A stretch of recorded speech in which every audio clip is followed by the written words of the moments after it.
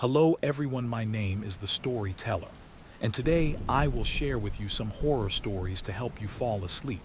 Sit back, relax, and enjoy. But before that, write down in the comments from where you are listening this and what time it is. Don't forget to subscribe and hit the bell to never miss upcoming horror stories. The Shadow That Knows Your Name. Chapter 1: The Tap on the Window. It began with a sound so small that Mara almost dismissed it. A faint, brittle tap at her bedroom window, like a knuckle barely touching glass. The time was 2:30. The city outside her apartment slept under a cold autumn rain, the kind that made streetlights glow with a halo and swallowed every shape in a gray veil. Mara lay frozen under her blankets. There it was again. Tab, tab, tab. Not the rhythm of a tree branch, not the inconsistent tick of raindrops. Intentional, human. She slowly pushed herself up, heart drumming under her ribs. She tried to tell herself not to look, but curiosity, or fear dressed as curiosity, dragged her gaze toward the window. Nothing. Only the curtain fluttering from the tiny draft she'd been meaning to fix. Still, sleep wouldn't return. Her phone buzzed on the nightstand, one notification. Unknown number. Did you hear that? She dropped the phone. The message had no timestamp delay. It came the instant she heard the tapping. And as she stared at the words, another message appeared on its own. You always ignore the things you shouldn't. Chapter 2: The Notes. Mara reported the messages to the police in the morning. They nodded, filled out a report, asked politely if she had upset anyone recently, then sent her home with a brochure about digital harassment and online safety. She knew they wouldn't help. Stalkers crawl in the spaces between certainty and paranoia, never leaving enough evidence, always just enough to make the victim doubt themselves. But that morning, when Mara stepped out of her apartment to leave for work, she found something waiting. A paper note, folded perfectly, placed dead center on her doormat. Her name written on it in perfect block letters. Inside, you looked cute in that blue shirt yesterday. Wear it again. She hadn't posted any photos, hadn't even left the building much. Someone was watching her. When she arrived at work, an office cubicle farm 3 blocks away, another note sat taped to her monitor. You shouldn't come here today. No one admitted to placing it. No one had seen anything. That evening, as she climbed the stairs to her apartment, she felt the weight of surveillance on her back, like eyes lifting every time she turned, only to slip away before she could catch them. Inside her apartment, the phone buzzed. Check the closet. Her breath stopped. Her limbs turned to cold stone. For almost a full minute she didn't move. Then, shaking, she picked up a broom and held it like a spear. She approached the closet door, nudged it open inch by inch. Empty, except for a single Polaroid photo, lying face up on the floor. It was her, sleeping. Chapter 3: The Stairwell Stranger. By now, Mara had stopped eating, stopped sleeping. Every noise was a threat. The hum of a fridge, the pipes clanking, footsteps from upstairs. On the third night since the messages began, she heard something far worse. Footsteps in her stairwell. Slow, heavy, pausing after every few steps. Her apartment was on the 4th floor, and she counted each thud as it climbed. Step, pause. Step, pause. Up, up, up. She locked both deadbolts, then pressed her eye to the peephole. A man stood on the landing below, broad shoulders, hoodie pulled low. He wasn't looking at her door, but his posture was uncanny, stiff, as if waiting for a cue. His head tilted slightly, as though listening to something she couldn't hear. Then he lifted his phone. A soft buzz behind her, her own phone lit up. Unknown number. Do you like my friend? He's learning your schedule. The man slowly raised his head until his hood faced her peephole. He pressed his ear to the door. Mara stumbled backward, muffling a scream. She dialed 911 with trembling fingers. The operator stayed on the line until officers arrived, 20 minutes later. By then, the stairwell was silent.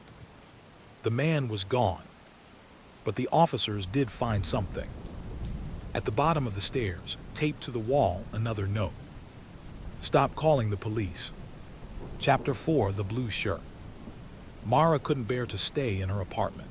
She packed what she could into a duffel bag and fled to her friend Leela's place across the city.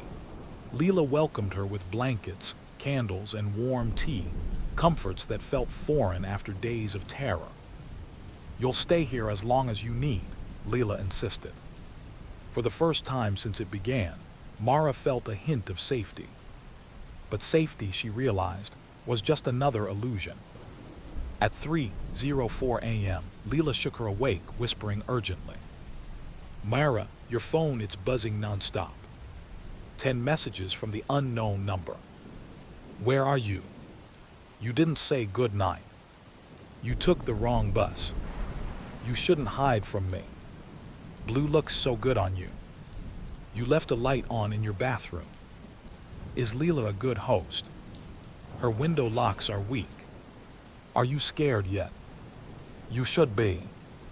Leela insisted they call the police again, but Mara felt something tighten inside her, a realization, bitter and metallic. He always knew where she was. He knew when she slept. He knew what she wore. He knew every move. There was no safety. Not anywhere. That night, Leela slept beside her on the floor to keep her calm.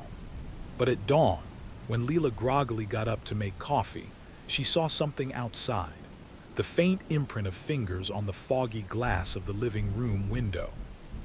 Fingerprints on the inside of the glass. Chapter 5, The First Victim.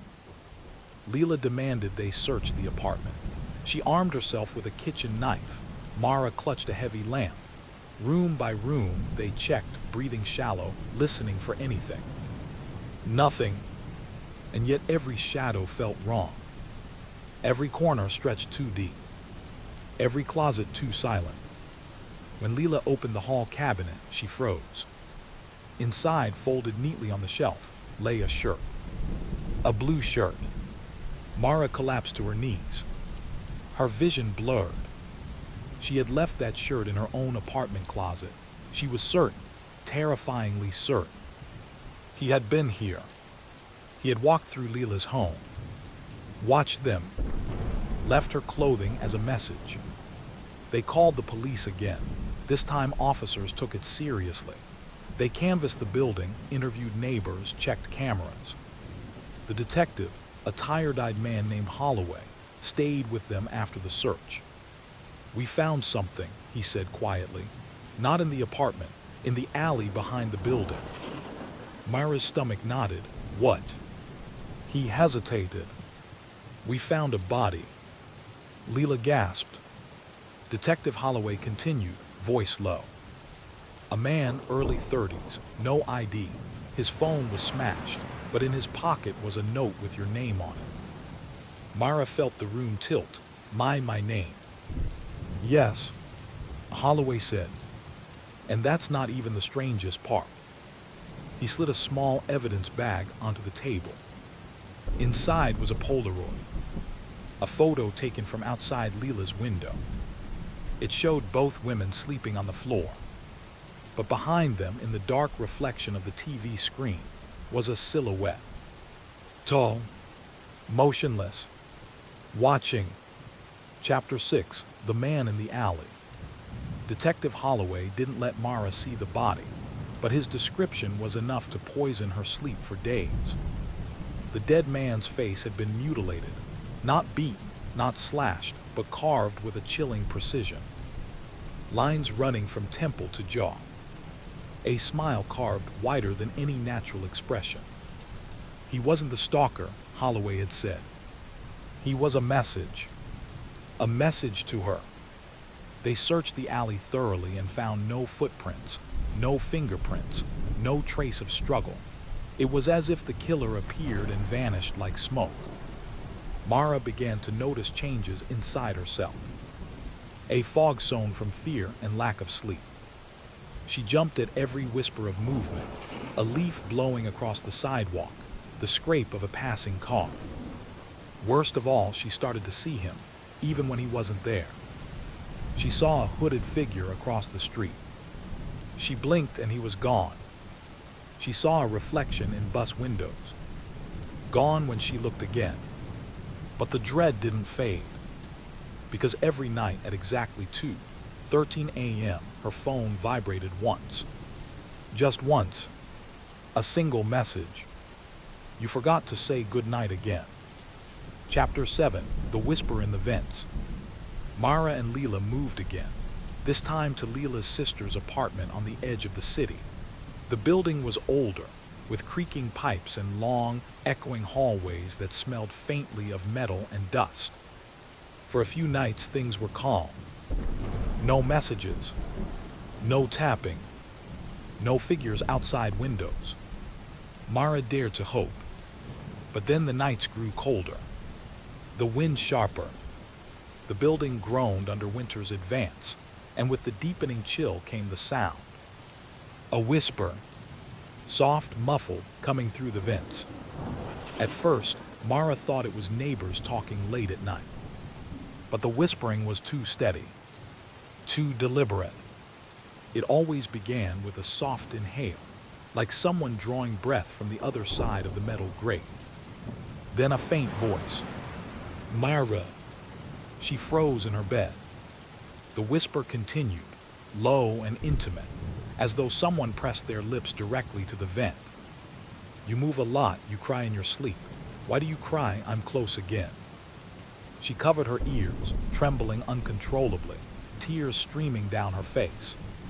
She shouted for Leela, who rushed in. When Leela pressed her ear to the vent, the whisper stopped instantly, cut into silence like a severed cord. Leela didn't believe she heard anything. She thought Mara was succumbing to paranoia. But at 2:13 a.m., Mara's phone buzzed. One message. I love when you say my name. Chapter 8, The Store Camera. Detective Holloway insisted Mara start documenting everything, every message, every detail, every time she thought she saw the stalker. Mara didn't feel safer, but she complied. One afternoon, while buying groceries at a small corner store, she noticed the store's security camera pointed directly at her aisle. Something made her look up. Behind her, standing at the far end of the aisle, was a man wearing a dark hooded jacket. Still, watching. Her throat dried instantly. She didn't turn to look at him directly. She just stared at his reflection in the small, dusty TV screen showing camera feeds. He didn't move. Not an inch. Not even to breathe. She backed away slowly and pretended to browse another aisle. But when she looked at the screen again, the hooded figure was gone. Panic spread through her chest like ice. She grabbed her basket and rushed to the register, but at the counter the cashier said, "You dropped this." He handed her a folded piece of paper. Her name written on it. Mara's knees nearly buckled. She opened it with shaking hands. Inside was a screenshot, taken from the store camera feed, of her just moments ago, staring at the screen. But the hooded man wasn't in the picture. Not in any of the mirrors or monitors. The message beneath the image was simple. Only you can see me. Chapter 9, Leela's Disappearance. 3 nights later, Leela disappeared. She had been staying close to Mara all week, determined to protect her. But now she was simply gone, her coat still by the door, her phone left charging beside the couch. Detective Holloway organized a search, but there were no signs of struggle. The building cameras caught nothing. Neighbors heard nothing. Mara blamed herself instantly. That night, distraught and trembling, she curled into a corner of the guest bedroom and cried until her ribs ached. At 2:13 a.m., her phone buzzed. She didn't want to look. She didn't want to read it. but fear compelled her. The message was a photograph. Leela tied to a chair, gagged, eyes wide with terror. Behind her stood a tall silhouette, hooded, faceless, and unbrokenly calm. One gloved hand rested gently on Leela's shoulder. Below the photo, she tried to keep you for herself. Mara screamed until she couldn't breathe, until her voice broke. Another message came in seconds later. I told you her window locks were weak. Chapter 10, The Voice of the Stalker. Mara's sanity cracked under the weight of what she'd seen. She begged Detective Holloway to find Leela. She begged to be taken into police protection, but resources were limited. They placed her in a safe house, a small, empty apartment used for emergency cases. It felt anything but safe. That first night in the safe house, no texts came. No tapping. No whisper in the vents. But something worse did. A voice. Not from her phone. Not from outside. From inside the apartment. A soft male voice humming a slow, tuneless melody. She followed the sound with terrified steps, gripping a kitchen knife. It led her to the bedroom closet, the door slightly ajar. The humming stopped. Silence. Then, from behind the door, I finally get to hear you breathe this close. Mara dropped the knife and ran for the front door, fumbling desperately with the locks. She sprinted into the hallway screaming for help. The building security arrived within minutes and searched the apartment top to bottom. No one was inside. No one could have escaped. Every door and window was still locked. When Mara finally returned to the living room, her phone was lighting up on the couch. One new message. A voice recording. Hands trembling, she pressed play. It was her own voice, raw, gasping, sobbing, as she pounded on the front door minutes earlier. In the background, barely audible, was a second voice. A male whisper. You're getting better at running, but I always know where you'll go. Chapter 11, The Mask. The next morning, Detective Holloway arrived at the safe house with a tight jaw and a folder stuffed with papers. He looked older than he had the day before, as if the case itself had begun to drain him. Mara, he said, taking a slow seat on the couch. We found something. He opened the folder and slid out a plastic evidence bag. Inside was a mask. White, featureless, shaped like a smooth, blank human face with no mouth. It had been found taped to the inside of the safe house door. On the back, written in marker, "Do you like it? You'll see this face soon." Mara recoiled as if the mask could bite her. Her pulse became a frantic, thumping blur. Holloway's voice was calm, too calm. There's more. We lifted a partial fingerprint from the tape. Hope flickered. You know who he is. Holloway shook his head slowly. It doesn't match any known offender, but the material of the mask, it's custom. High-quality thermoplastic, not something a normal person buys. He leaned close. Your stalker plans, he prepares. This isn't random. Mara's hands trembled violently. When will you find him? Holloway held her gaze for a long, heavy moment. We're trying, but he's always one step ahead. Mara felt her stomach sink, because she knew something he didn't. He wasn't one step ahead. He was already here, inside every place she tried to hide. That night, the mask appeared again. On her pillow. Chapter 12, The Basement Door. The police moved her again. A second safe house, this one in a quieter part of the city. A worn-out duplex with peeling wallpaper and the smell of old carpet soaked into its bones. Mara didn't trust it. She didn't trust anywhere. Yet she entered with the hopeless obedience of someone who had run out of options. The house was silent. No neighbors above or below, no other occupants. It was meant to feel secure. Except for one thing. A basement door at the end of the hallway. An old door with chipped white paint and a large iron bolt. "Don't go down there," the officer said. "Place hasn't been used in years." That night when Mara lay in bed, she heard something. Not tapping, not whispering. A knock, slow, heavy, coming from the basement door. She sat up, clutching her blanket to her chest. The knock came again, 2 knocks this time, like a patient visitor waiting for her to answer. Then faintly, Myra opened. She clamped her hands over her mouth to suppress a scream. The voice wasn't muffled. It wasn't distant.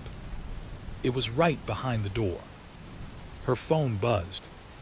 "Don't be scared. That's just the door between us." Chapter 13, Inside the Walls. The knocks continued for 3 nights, always around 2:13 a.m., always slow, patient, deliberate. On the 4th night they stopped, but something worse replaced them. Scratching from inside the walls. Soft, slow, like fingertips dragging across plaster. It followed her through the house, down the hall, into the bathroom, even through the pipes when she tried to shower the fear off her skin. Wherever she went, the sound moved with her. She called Holloway, voice shaking. "He's in the walls, he's..." "Mara," Holloway interrupted, "that's impossible. The walls are concrete. There's no crawl space, no access path." But then Mara froze, because from the phone came another sound. A second line on the call. Someone breathing. Soft. Controlled. Male. Holloway barked, "Who is that?" But before he finished, the breathing became a whisper. A whisper Mara recognized instantly. You can't hide in dead places. The line cut. Silence swallowed the room. Mara dropped the phone because she realized something horrifying. He had been listening through her phone, through the vents, through the walls. He could be anywhere, everywhere, and she no longer knew what part of her life was truly hers. Chapter 14, The Red Room. Detective Holloway arrived 15 minutes later, furious and pale. "We're taking you out of here," he said. "Pack only what you need." He guided her outside, but Mara felt the house watching her as she left, its windows dark, its door slightly ajar as though something inside was smiling. They drove for nearly an hour until they reached a police substation. It was small but secure, buzzing with tired officers and the hum of fluorescent lights. "Here," Holloway said, leading her into a holding room where she could sleep for the night.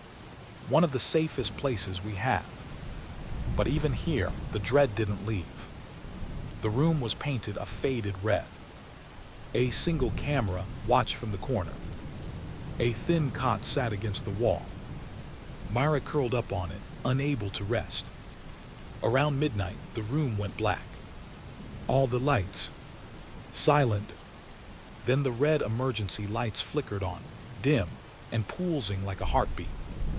Footsteps echoed outside her room. Slow, heavy. She pressed against the corner, trembling violently. The footsteps stopped outside her door. And then, the camera in the corner rotated, turned downward, pointed directly at her. A soft click sounded in the silence. Her phone buzzed in her pocket. One message. "Smile for me." The door handle began to turn. Chapter 15, Holloway's Secret. The door flew open. Detective Holloway rushed inside and slammed it behind him, locking it quickly. "You need to come with me," he hissed, adrenaline shaking his voice. "He's here," Mara cried. "In the station, he's here." Holloway nodded once sharply. "I know." The hall behind him echoed with shouts and running footsteps. Something heavy slammed against a wall in the distance. Officers yelled orders. Radios crackled. "This entire building is compromised," Holloway muttered. Security cameras went down. Phones jammed. It's like he walked through the wires. He grabbed Mara's arm.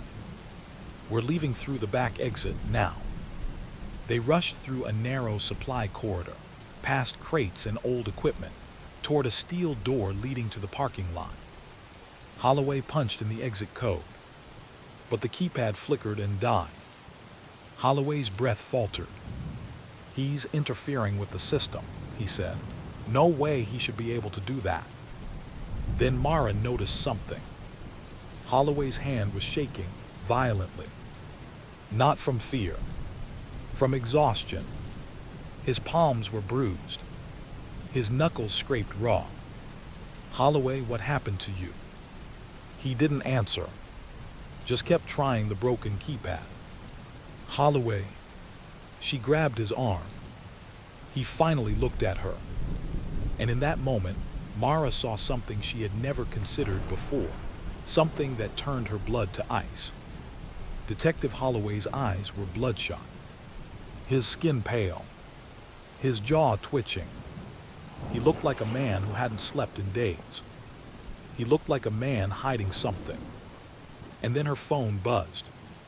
One message, a single line that shattered her world. "Are you sure you can trust him?" Chapter 16, The Parking Lot.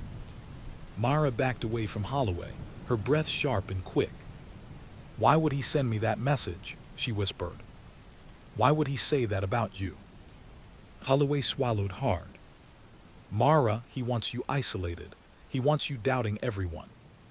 But something in his voice cracked. Something thin and trembling. Another crash echoed down the hall, metal falling, officers shouting. They were running out of time. Holloway slammed his shoulder into the emergency door. Once, twice, the metal groaned but didn't budge. He turned to her. "Mara, listen to me. Whatever you think, whatever he tells you, I am the only one trying to keep you alive." Her phone buzzed again. A photo, taken seconds ago, from the hallway camera. It showed Holloway standing behind her. But the photo was wrong.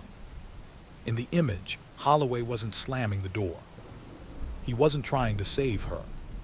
He was standing perfectly still, staring at her back, smiling.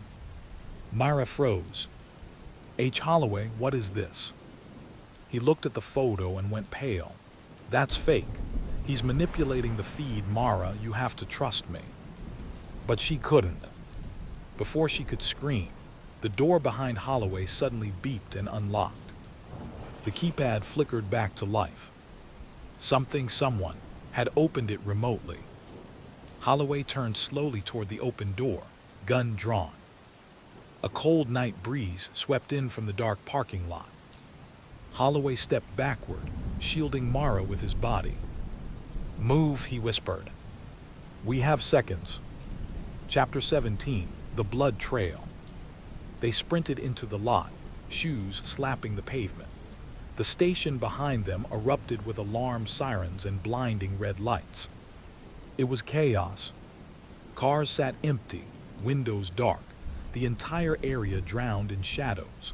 Holloway pulled Mara behind a concrete pillar as shouting officers spilled out the front entrance. "Stay low," he ordered. Mara peeked around the pillar and saw a streak of blood on the pavement.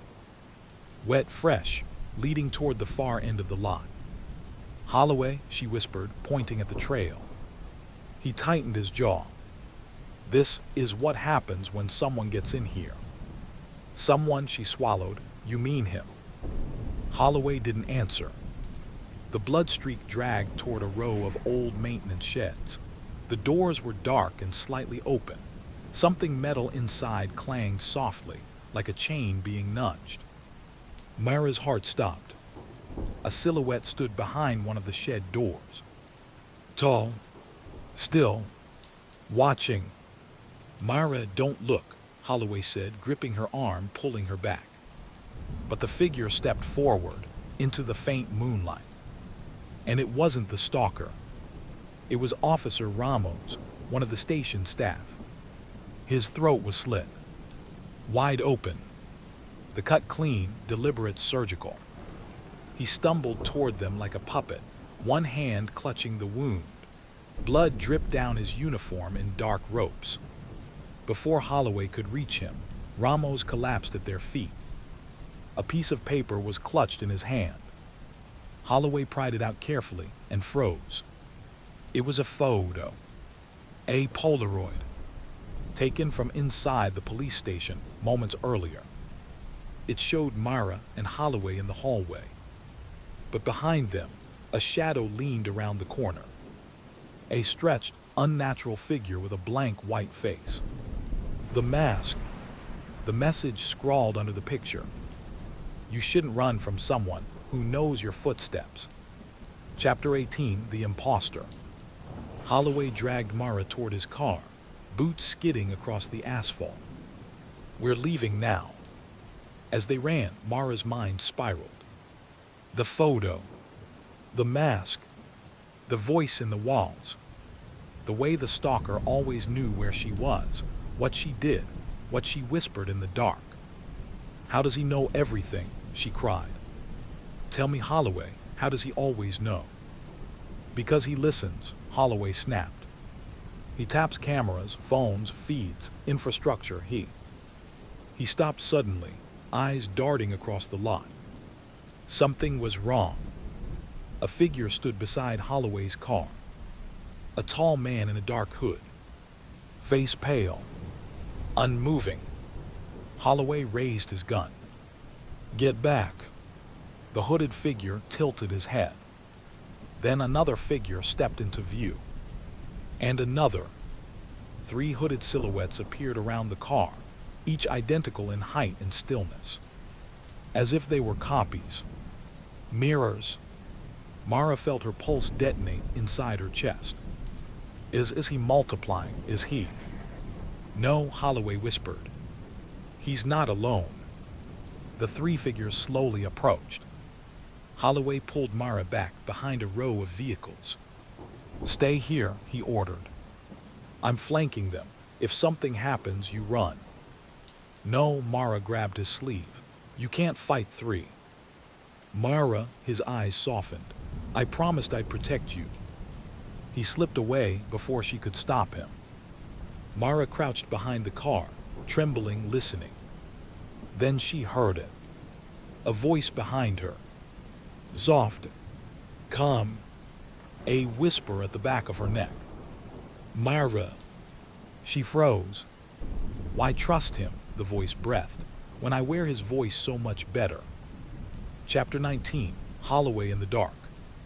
Mara spun around, swinging her arm blindly, but saw no one. Only darkness. Only the cold night air. Her breathing spiraled into panic. She crawled backward across the pavement until her back hit a tire. Tears blurred her vision as she clamped her hands over her mouth to keep from screaming. Where was Holloway? Where were the hooded figures? A gunshot echoed across the lot. Then another. Then a choked scream. Mara crawled toward the sound, heart hammering, until she found a small gap between 2 parked trucks. She peeked through and nearly fainted.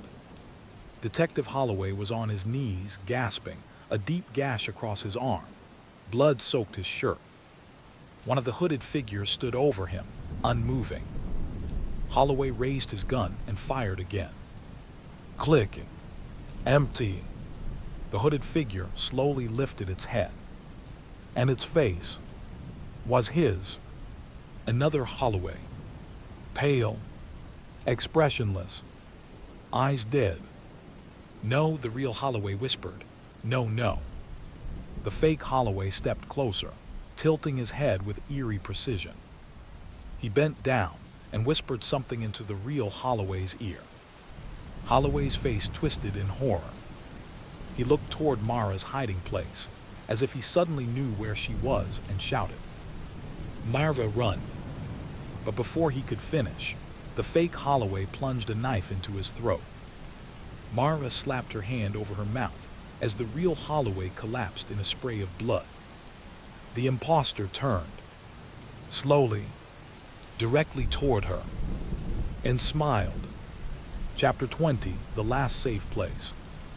Mara bolted from her hiding spot, sprinting across the parking lot with a feral, desperate strength she didn't know she had. She didn't look back. She couldn't. Her lungs burned. Her vision tunneled. Her legs felt ready to snap. Behind her, she could hear footsteps. Not running. Walking. Slow and steady. As if he knew she could never outrun him. She reached the front of the station, but the power was still out. The doors were locked, the windows dark. She slammed her fists against the glass. "Help, please." Silence answered her. Then, her phone buzzed. She didn't want to look, but she did. One message. "Come home." Mara staggered backward. No, where is home? I don't have." Another message. "The place you fear the most." She felt her chest collapse. She knew exactly what he meant. Her first apartment. The place where the tapping started. Where the closet photo was left. Where he had learned her breathing, her habits, her life. Her phone buzzed again. A video this time. She tapped it with trembling fingers. It showed her apartment hallway. Filmed seconds ago. Someone was knocking on her door. Slow. Calm. Patient. Knock, knock, knock. The camera panned down the hallway. And there, in front of her apartment door, stood the stalker. Tall. Still. Wearing the white, featureless mask. He turned toward the camera, tilted his head, and whispered, "Welcome back, Mara." The video ended. Mara dropped the phone, and in the silent, cold parking lot, she realized the truth. The last safe place wasn't the station. It wasn't a safe house.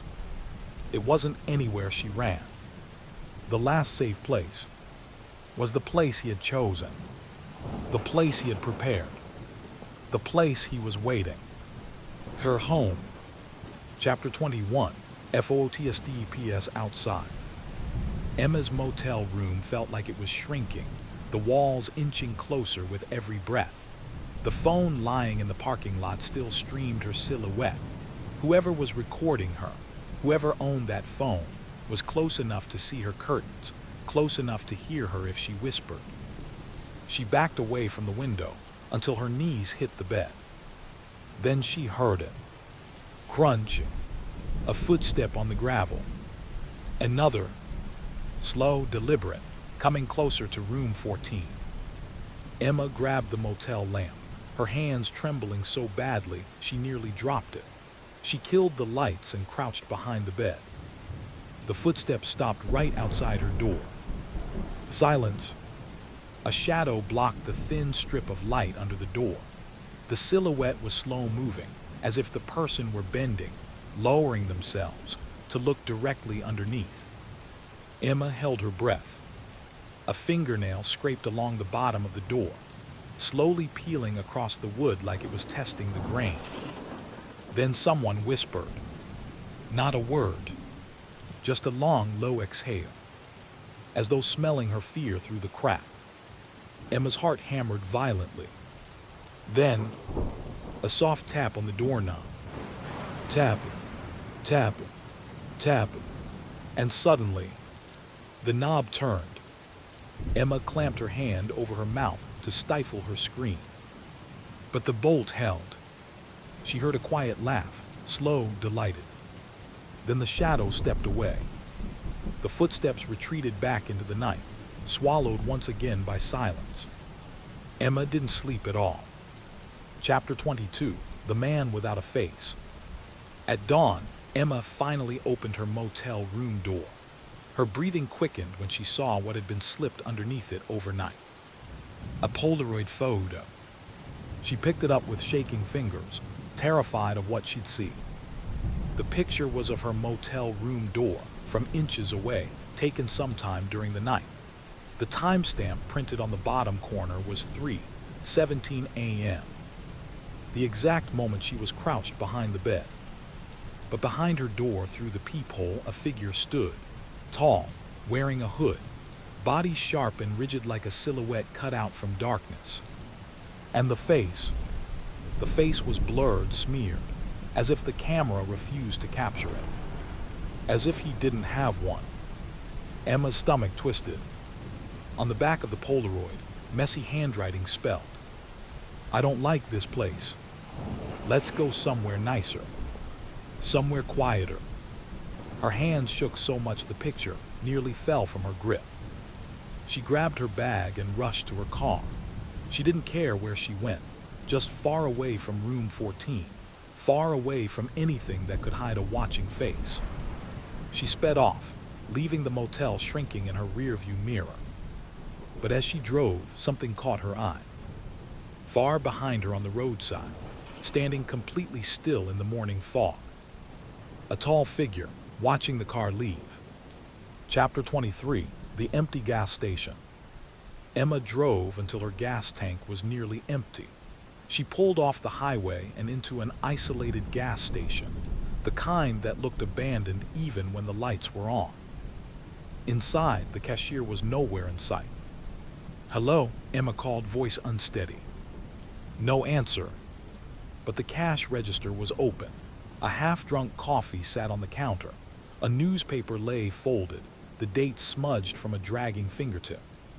She felt watched again. She turned quickly around. Nothing. No one. But then she saw it. A convex security mirror in the top corner of the store, the kind that gave a wide view of the whole room. In it she saw herself, the aisles, the register, the empty doorway behind her. And then, a second figure, standing directly behind her. Tall, still, facing her. Emma whipped around. Nobody there. Her breath staggered. She stared back up at the convex mirror. The figure was still in the reflection. Closer now. Only a few feet behind her reflection. It raised a hand slowly in the mirror. Yet nothing moved behind her in reality. Emma backed toward the exit, never taking her eyes off the warped mirror. The figure began to smile, the grin stretching unnaturally wide. Emma bolted out of the gas station and jumped back into her car, peeling away so fast she nearly spun out. She didn't look at the mirror again. Chapter 24, The Phone in the Woods. She drove aimlessly for hours until she found a small rest stop deep in the woods. A picnic table, a trash bin, a patch of gravel. She got out, packing, trying to steady her breathing. It was too quiet. The trees seemed to lean closer, listening. Then her own phone buzzed. Blocked number. She froze.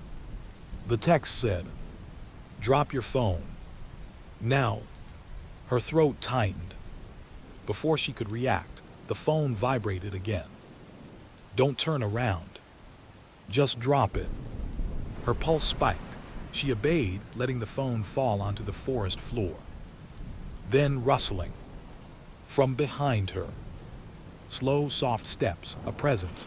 She felt it more than heard it. Someone approached the phone on the ground. Emma stood perfectly still, muscles screaming, lungs burning. A hand, not hers, picked up the phone. She saw its shadow stretch across the ground next to hers. Long fingers, too long. Then the phone was lifted out of sight. Leaves crunched. The presence backed away. Emma didn't move for a full minute. Then footsteps echoing from deeper in the woods. She finally spun around and saw no one. Her phone was gone, and so was whoever took it. Chapter 25, The Video Message. An hour later, Emma heard her ringtone echoing through the woods. She followed the sound, heart pounding as it led her to a clearing. There, hanging from a low branch, was her phone, dangling by her own charging cable tied tight like a noose. She grabbed it with trembling hands. A new message waited. A video. She pressed play, The screen showed the back of her own head, her standing at the rest stop, frozen, petrified. Then a man slowly approached her from behind, camera shaking as he held the phone. He stopped inches from her, close enough to touch her, close enough to breathe on her. But she never turned around. In the video, a hand reached toward her neck, hovering, not touching. Then the voice whispered, right into the microphone, "I could have taken you any time." The video cut to black. Emma dropped the phone, chest heaving with sobs, legs giving out beneath her. She wasn't escaping him. He was letting her run, letting her breathe. Because the game wasn't over. He was saving her for the ending. Chapter 26, the cabin with one light on. Emma drove until her vision blurred. Eventually, the highway thinned into dirt roads, and dirt roads into a narrow forest path that scraped the sides of her car. Her gas tank was nearly empty again. The woods grew denser. The sunlight vanished behind a wall of branches. Then she saw it. A cabin, deep in the forest, half-rotted, leaning slightly to one side. But one window, just one, glowed with a warm yellow light. Relief and terror collided in her chest. Was someone inside? Or was he waiting? Her car sputtered, then died completely. She coasted to a stop in the clearing, heart pounding. She had no choice. She approached the cabin. Each step made the leaves crunch louder than they should have. The glowing window flickered slightly, like a candle fighting for oxygen. Emma knocked. No answer. She pushed the door open. It creaked wide. The cabin's interior was dim, dusty, filled with cobwebs. The glowing light came from a single lamp plugged into a generator, humming unevenly. Emma froze. The lamp's cord led to a timer, set for exactly 12 minutes left. Someone had turned it on right before she arrived. Someone expecting her. Her chest tightened. She backed away slowly and bumped into something behind her. Something warm. Someone tall. Chapter 27, the man in the corner. Emma spun around so fast, she nearly lost her balance. But no one was there. Only the corner of the cabin, shadowed and empty. Her breath shook. She scanned the room again. Nothing moved. No sound. Still, the feeling of someone standing behind her lingered, like a hand on the back of her neck. She grabbed the lamp and shined it into the darkest corner. That's when she saw them. Footprints. Fresh ones, muddy, leading from the corner to the front door. Leading toward her car. She rushed outside, heart hammering wildly. Her car door was open. She had left it closed. On the driver's seat lay something small, reflective. Emma approached carefully, every muscle tight. It was a photo. Another Polaroid. But this one wasn't of her. It was of the cabin interior, taken from somewhere high up, as if shot through a vent. And in the photo, she could see herself standing alone. But she wasn't alone. Behind her, in the top corner of the cabin, clinging to the rafters like a spider, a tall figure hung upside down, watching her. Her hands shook. She looked back to the cabin. The window went dark. The generator cut out. The woods fell silent. Too silent. Chapter 28, the forest that listned. Emma ran into the woods. She didn't know where she was going, only that she needed not to be here when he returned. Branches whipped her face. Roots clawed at her ankles. The sky darkened into a heavy dusk. Behind her, she heard it. Heavy footsteps. Steady.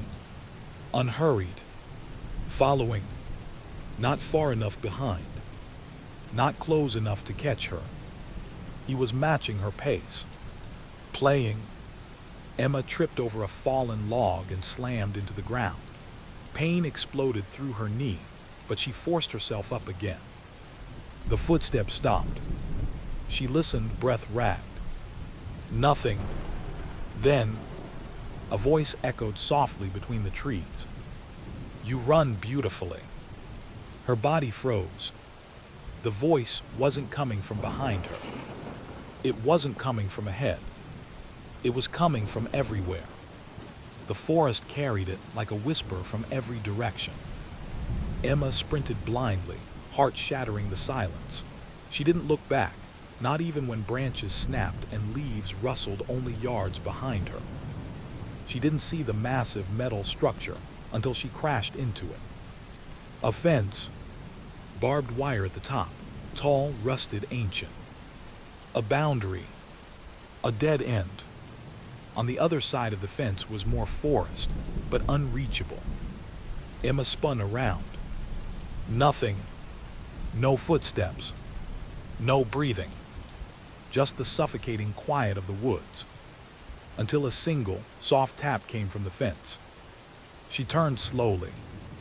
And there, on the other side of the rusted bars, a hand slid between the gaps. Long, pale, waiting. Chapter 29, The Face Behind the Trees. Emma backed away from the fence, shaking violently. The hand withdrew slowly, deliberately. Then she saw him, standing between the trees, far enough to blur into the shadows, but close enough that she knew he was smiling. The tall man, the faceless silhouette, the thing that moved like a person but watched like a predator dissecting prey. He tilted his head, a slow, unnatural motion.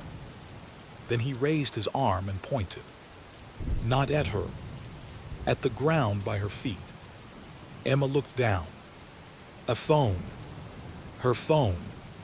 He had dropped it there silently. It buzzed.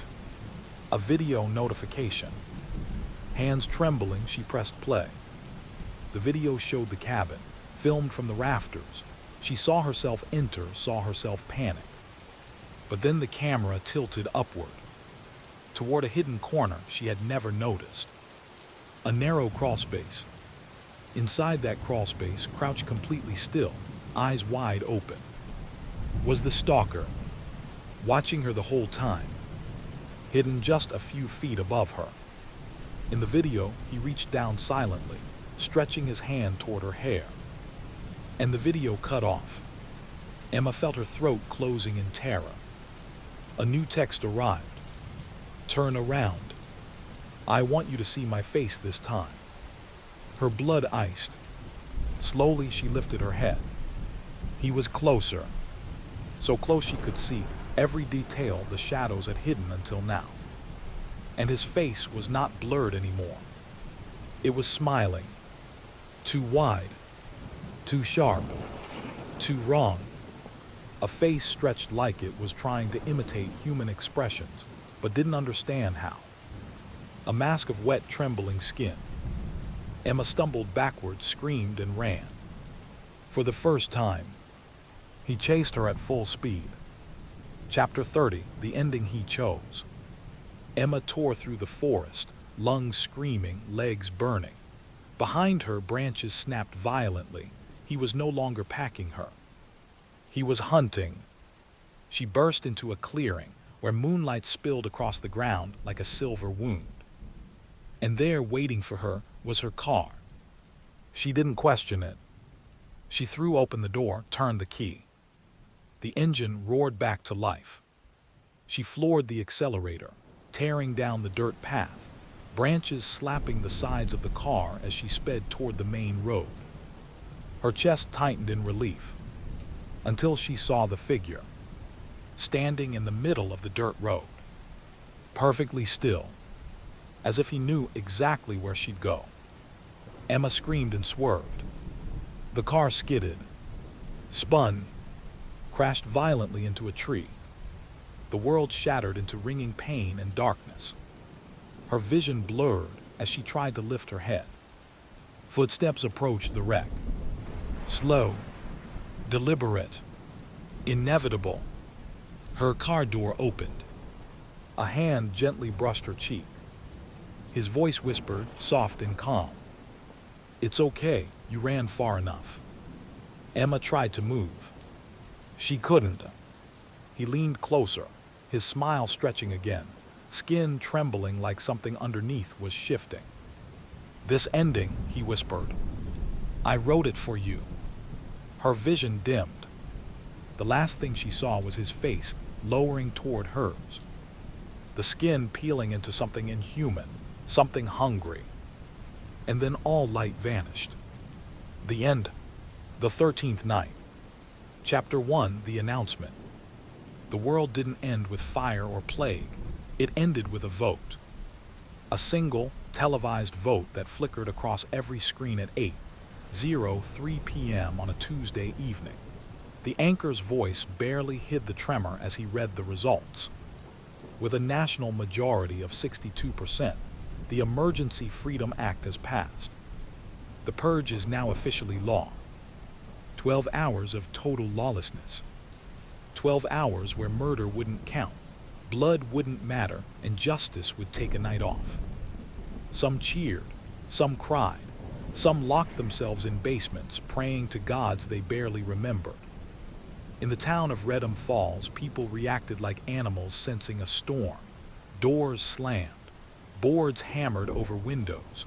Panic shopping emptied the stores in minutes. But the announcement didn't shock everyone. Some people had been waiting for this. Some people lived for it. And one of them was already sharpening his knives. Chapter 2, The Countdown begins. 12 hours remained until the very first purge in history.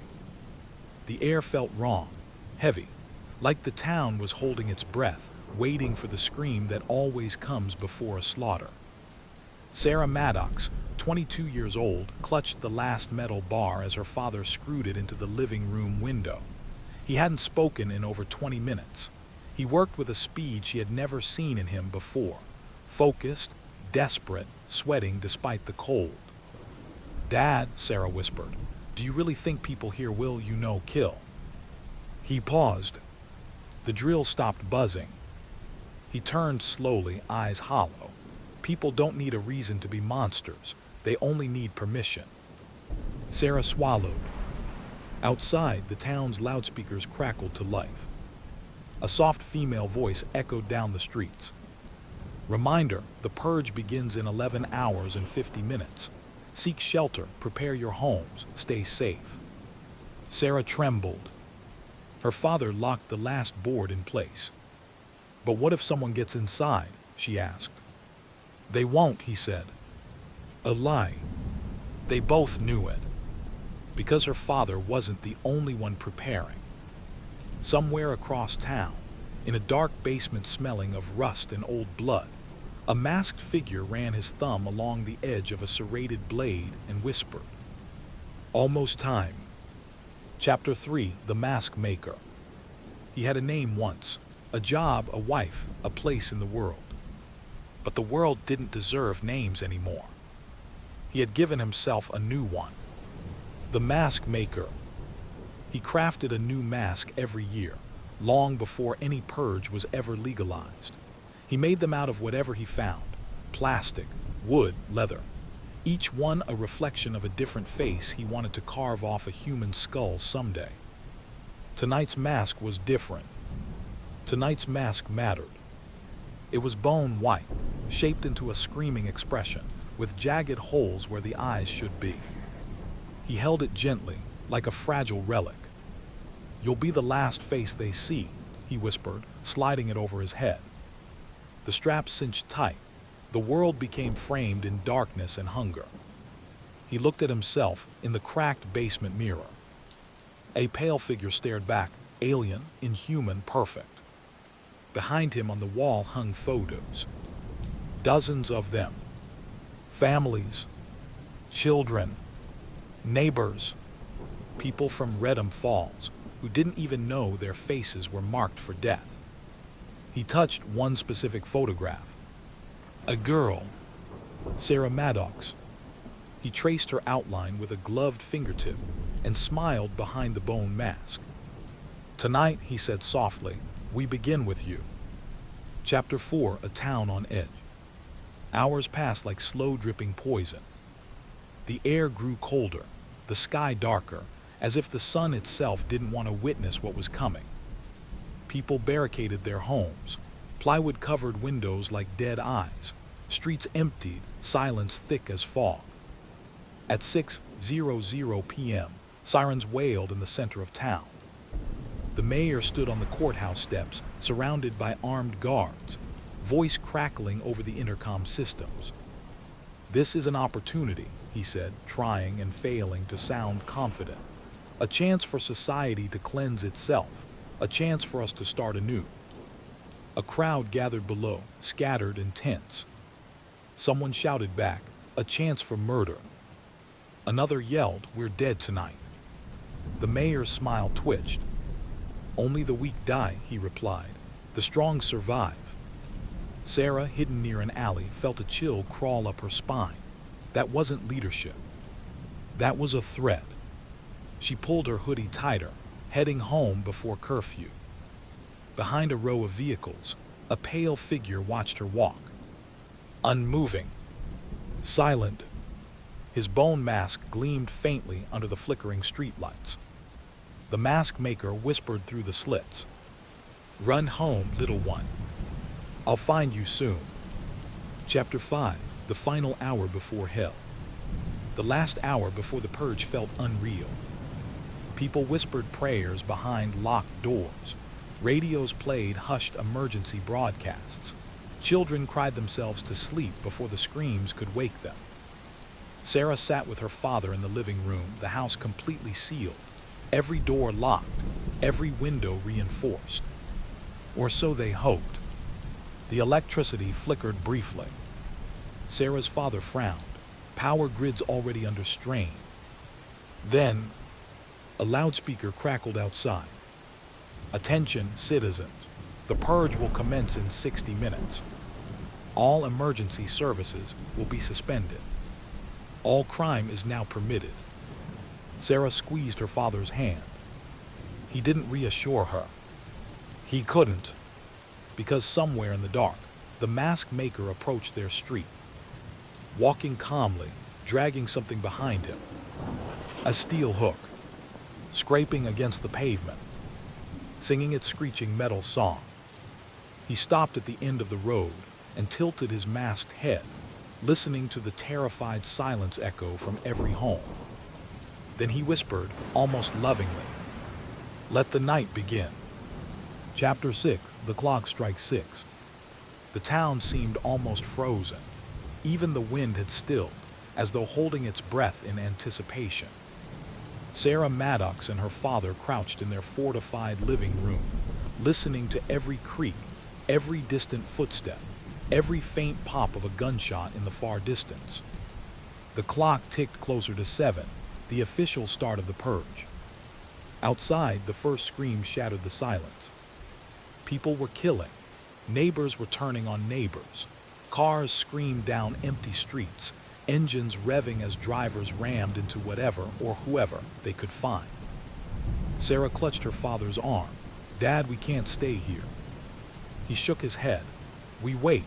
That's all we can do. Wait, survive, hope someone doesn't break in." Then came the sound of scraping metal at their front door. Slow, deliberate, testing the reinforced wood.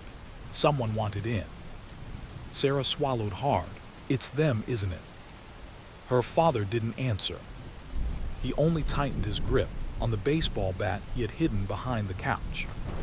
Chapter 7: The First Blood. The first intruder came at exactly 7:01 p.m. A man masked with a crude, smiling face wielded a crowbar. He kicked the barricade and it splintered under his force. Sarah's father swung the bat with all his strength, striking the man in the chest. The figure staggered, letting out a muffled scream behind the mask. Blood spattered the living room walls. Sarah screamed and ran for the phone, but it was already dead. The purge had cut communications. The man recovered, lunging again, faster this time. Sarah's father barely held him off. Every swing, every dodge felt like it might be the last.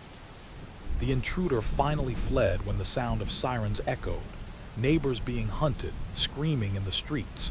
But it didn't matter. Sarah knew more would come. And they weren't stopping. Chapter 8, the NEIGHBORS turn. By 8:00 p.m., Sarah could hear screams from the street. Not distant, but near. Something was happening next door. She peeked through the cracked blinds. Her neighbors, the Thompsons, once normal, cheerful people, were dragging a man down the sidewalk. One of their kids clutched a bloodied kitchen knife. Sarah gagged at the sight. Her father pressed her back against the wall. "Don't look," he whispered.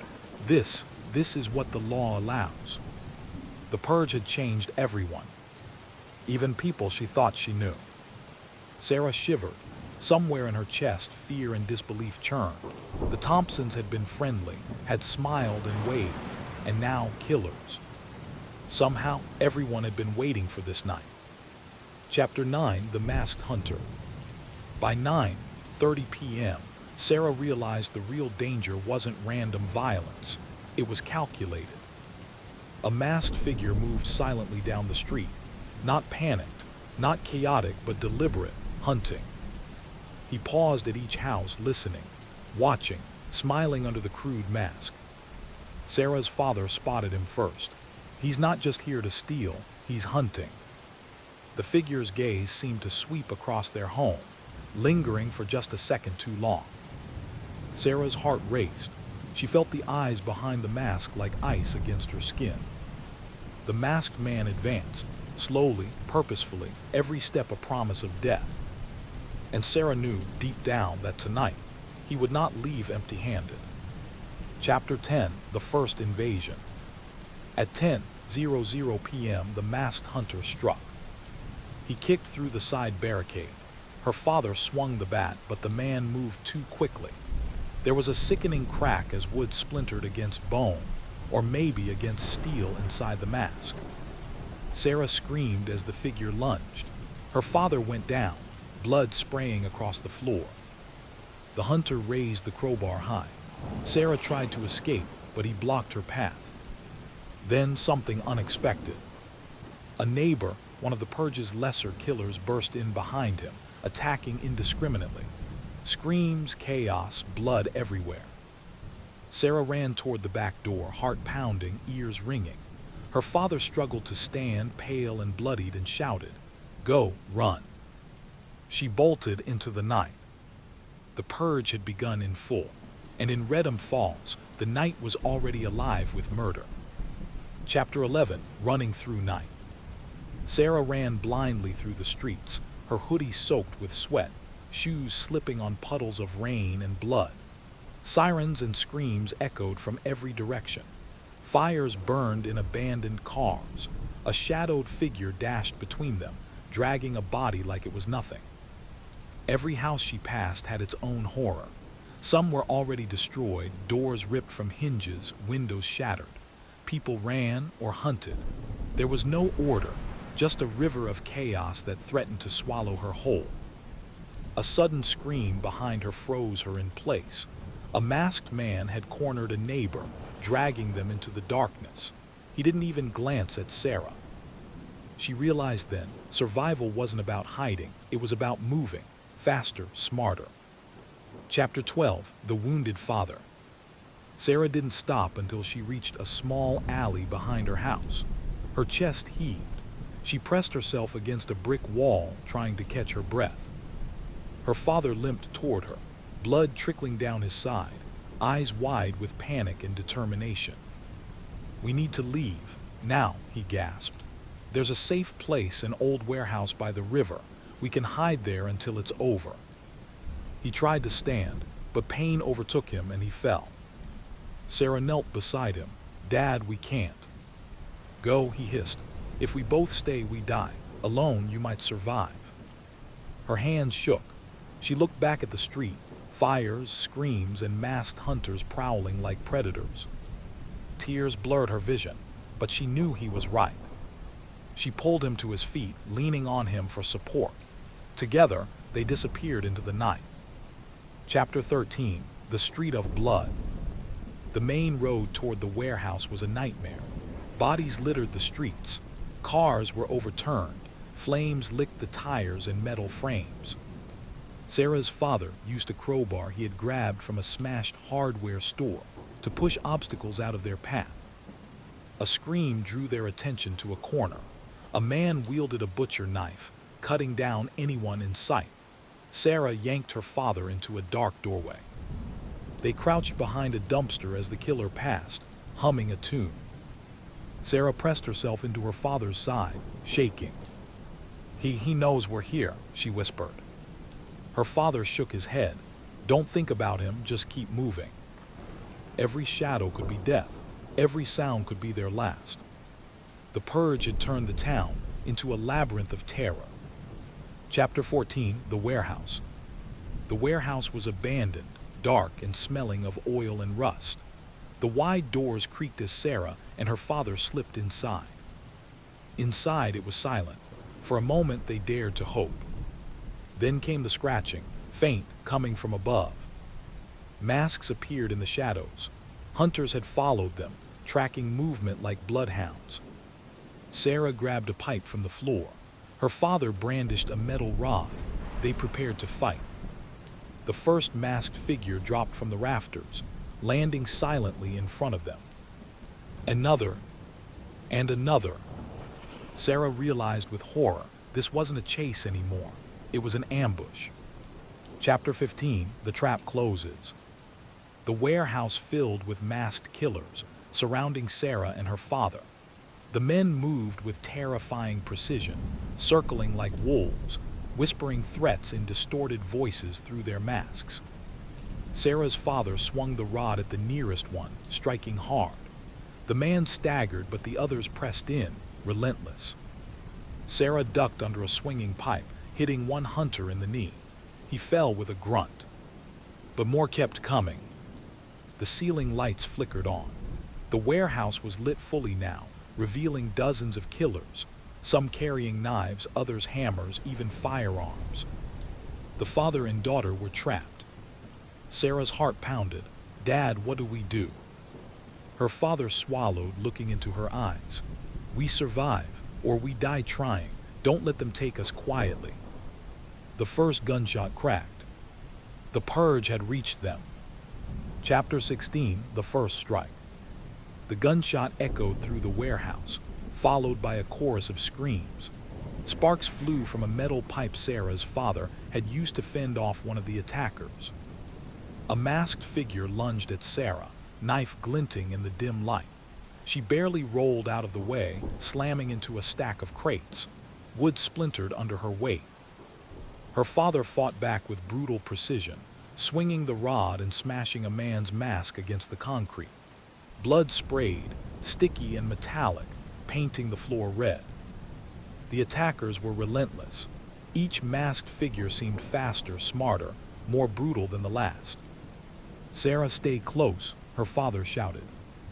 Her pulse thundered as she realized the warehouse had become a trap, walls closing in with every scream, every crack of metal against flesh. Chapter 17. HALLWAYS of Horror. They fled the warehouse through a side door, stumbling into narrow alleyways. The city had transformed completely. Fires raged in abandoned cars, the smell of burning flesh mingling with gasoline and smoke. Every shadow moved. Every window contained a potential killer. "Don't stop," her father urged. A scream erupted from a nearby building. A family trapped by purge hunters.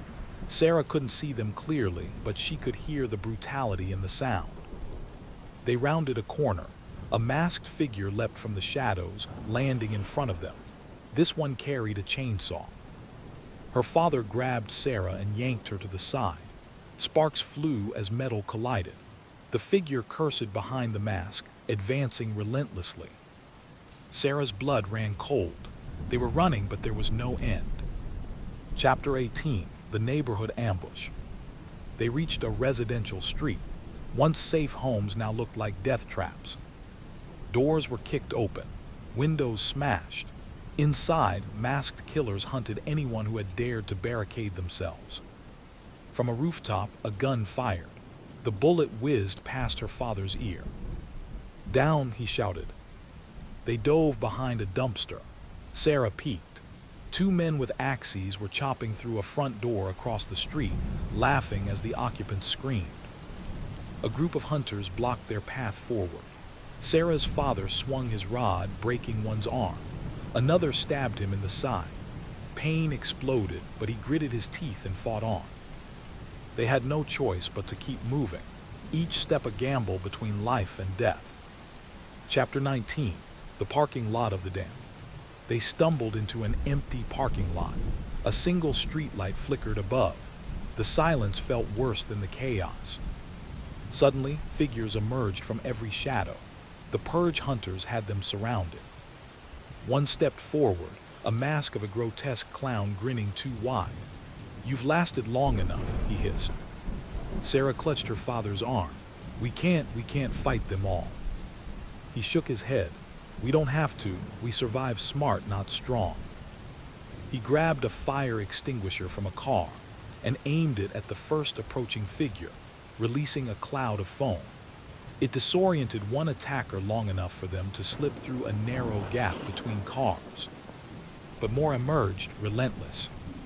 Sarah felt the first real pang of hopelessness. The purge wasn't just legal, it was designed to hunt, crush, and terrorize. Chapter 20. The Warehouse of Escape.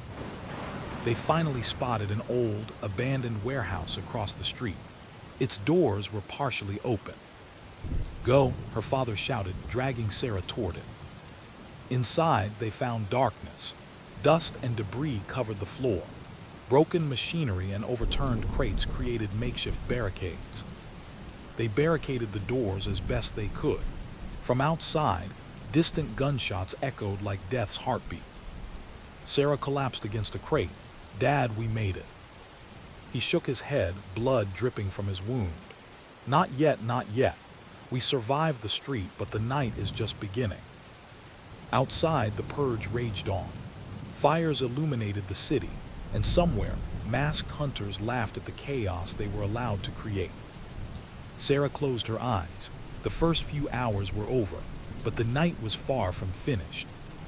Chapter 21. Nightmare STRETS. The city streets had become a blood-soaked maze. Fires reflected off broken glass, and puddles of rainwater mixed with blood. Every turn seemed to hide a new threat. Sarah and her father crept through an alley, keeping low. Somewhere ahead, a group of hunters dragged a screaming man behind a car.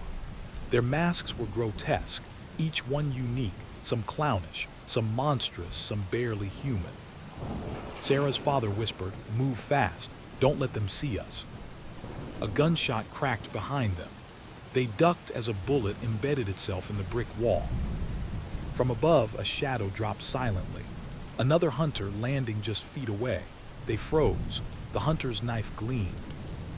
Sarah held her breath. Her father swung his rod, striking the hunter in the shoulder. It fell back, hissing. The night had become a living predator, and the hunters were its teeth. Chapter 22. The Supermarket Siege. They found temporary refuge in an abandoned supermarket. Shelves were overturned, aisles filled with debris. Sarah's father barricaded the doors as best he could, while she checked for weapons. She found a box cutter, a crowbar, and some cans of food. From the back of the store came footsteps. Heavy, deliberate, they weren't alone. Then the glass doors shattered. A group of masked killers stormed in, swinging bats and knives.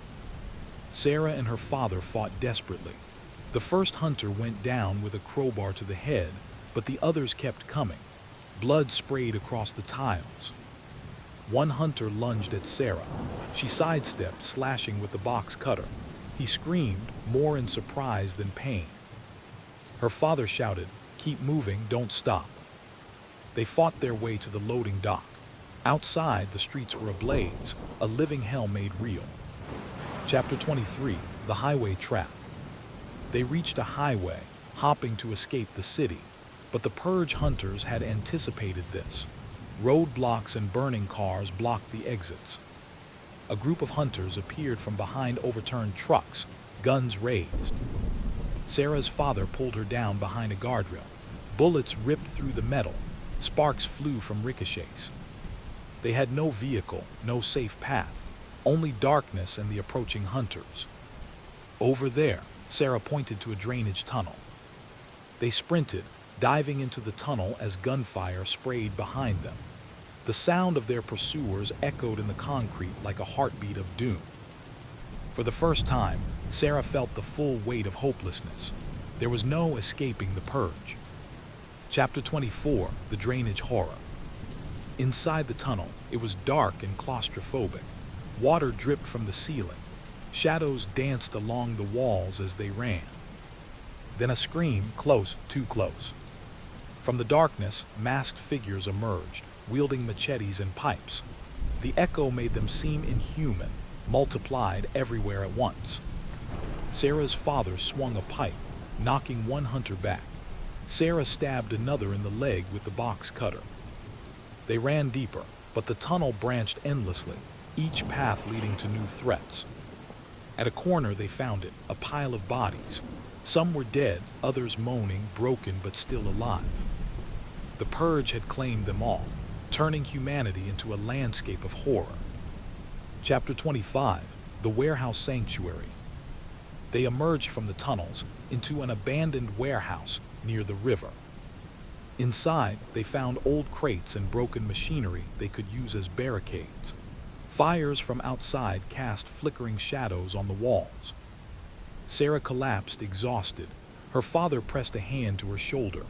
"We survived for now, but they'll come. They always come."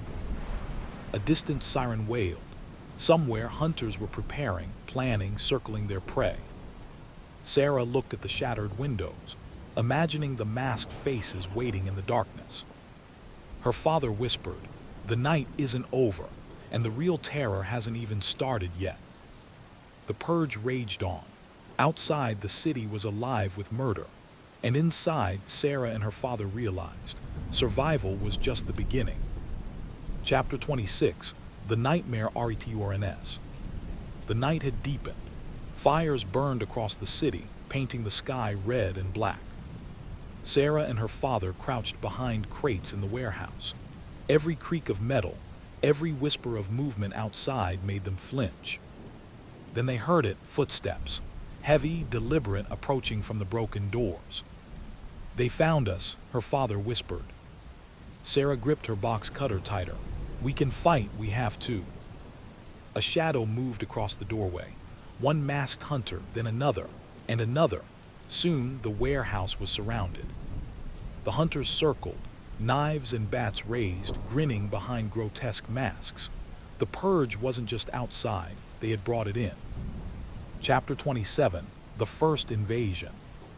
The hunters struck. Wood splintered as they broke through the barricade. Sarah's father swung his pipe, striking one attacker down.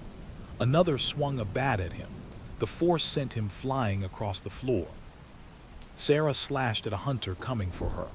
Blood sprayed. The air filled with screams, the clang of metal, the sickening thud of bodies hitting the ground.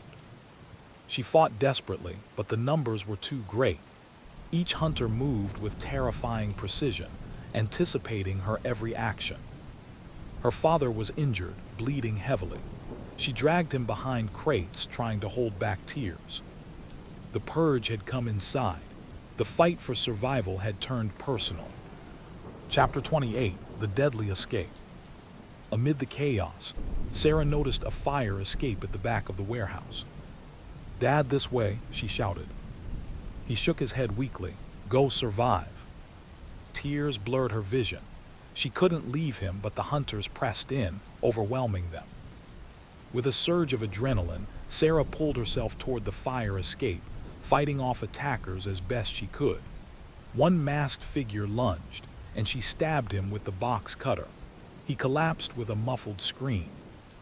She scrambled up the rusted ladder, blood streaking her clothes, lungs burning.